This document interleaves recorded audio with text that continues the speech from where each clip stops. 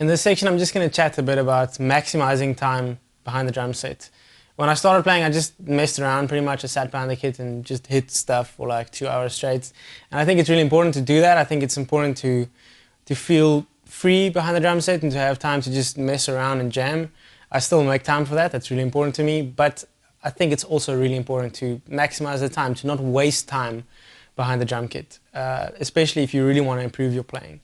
In this section, I'm just going to run through a few techniques that I use to hopefully improve some parts of my playing that I feel uncomfortable with or that I specifically want to improve. And I also really want to cover warming up in the beginning. That's what I want to start off with. I think that's really important. A while back, when I started playing, my wrist got really sore, specifically my right wrist. I got this stingy, little irritating pain in my wrist, and I spoke to one of my friends, and she said, she's a physiotherapist, and she said that I should just warm up, just basic single strokes around the kit, just start really slow, get your muscles used to the movements and your wrists, and kind of get your arms used to that kind of fluid motion around the kit. So that's what I do now, and I just do it for 5 or 7 or 10 minutes just before I start playing, and that made a world of difference. Now I don't experience that kind of stingy pain in my wrist anymore. So I'll just show you guys what I do when I sit behind the kit for the first time. Not for the first time ever since the beginning of man, but just when I come to a kit to kind of practice and play, then I just do this, the following pattern.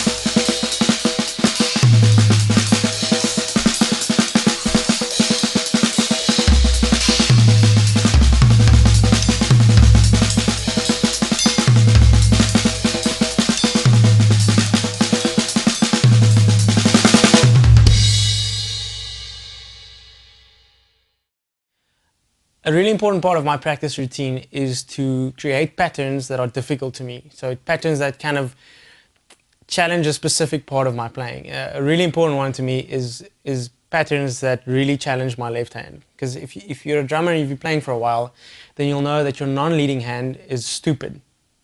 Way more stupid than your leading hand. So in my case, that's my left hand. I'm right-handed, so my left hand is always left behind in fills and grooves, especially in the beginning. It's still the case, but definitely much less so. But in the beginning, it's so frustrating if you want to do fills.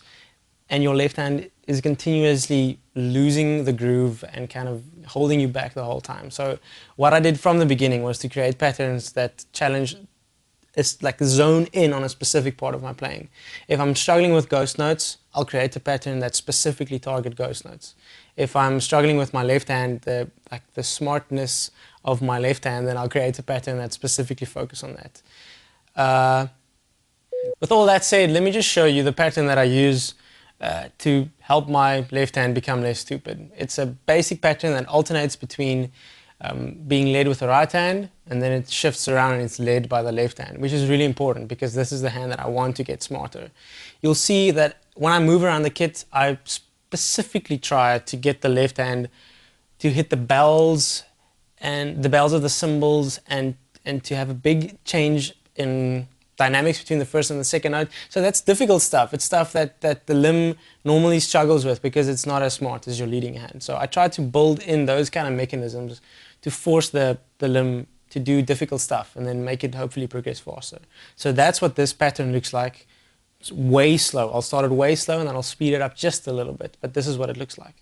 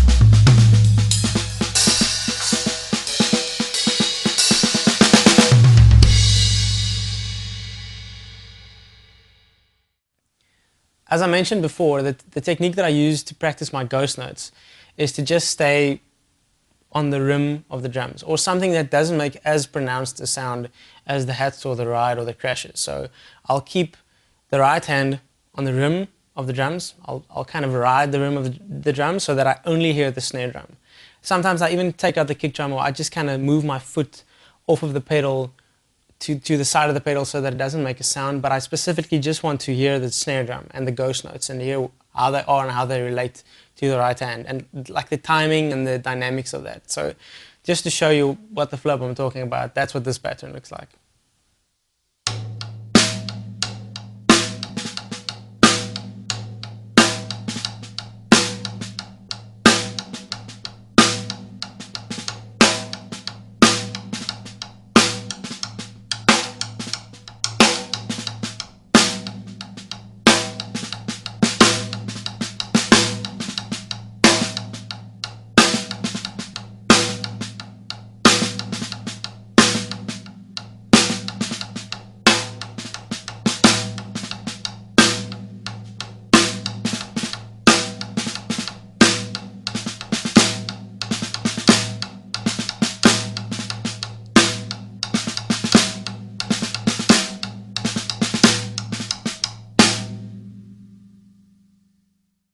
The last technique that I want to explain real quick is that I try to play on just the wing nuts of the cymbals with both hands, in grooves and in fills.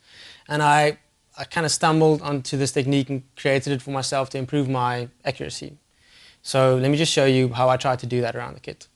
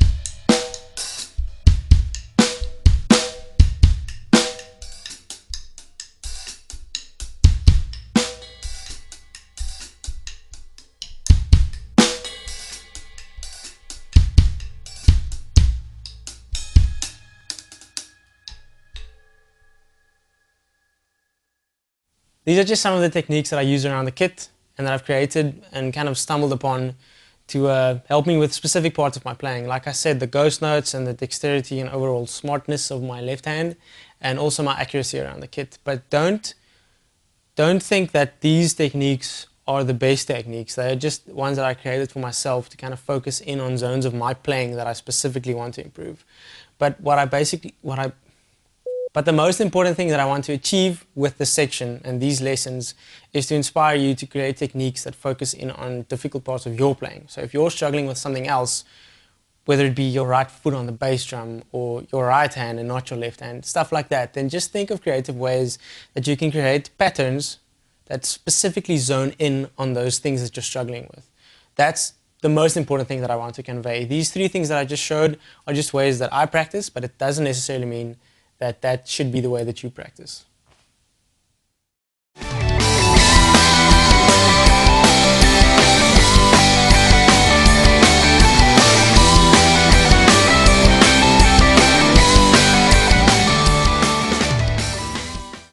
Probably the most important part of my practice routine is to play along to music.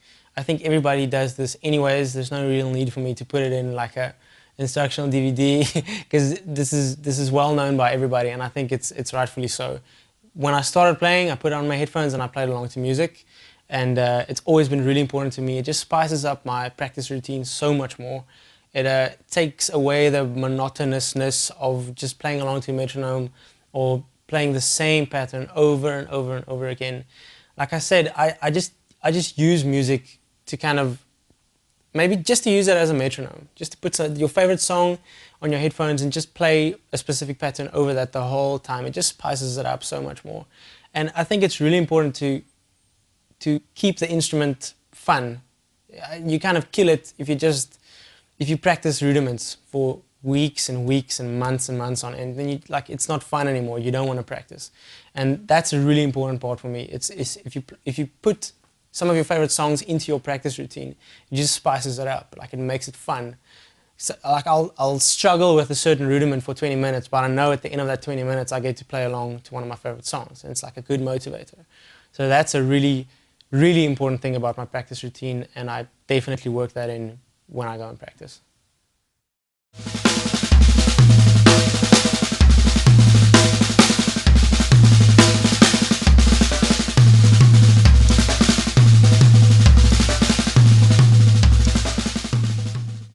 A lot of people hate rudiments because they're so repetitive. It's the same thing over and over again.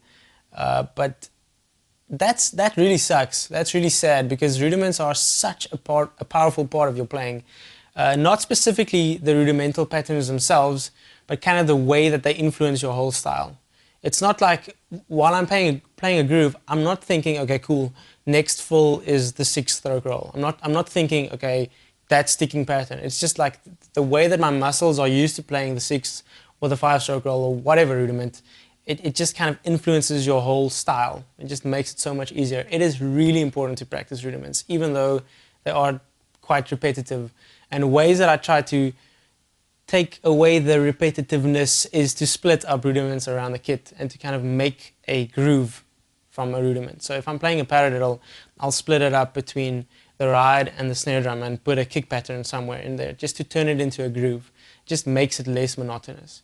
Same with any other rudiment that I choose to practice. I'll start on the snare drum to kind of get used to the motion, but it's just so cool for me to start splitting it up around the kit and using it in creative ways on the drum set, because I mean, a drum set doesn't just consist of the snare drum, so it makes sense to split it up.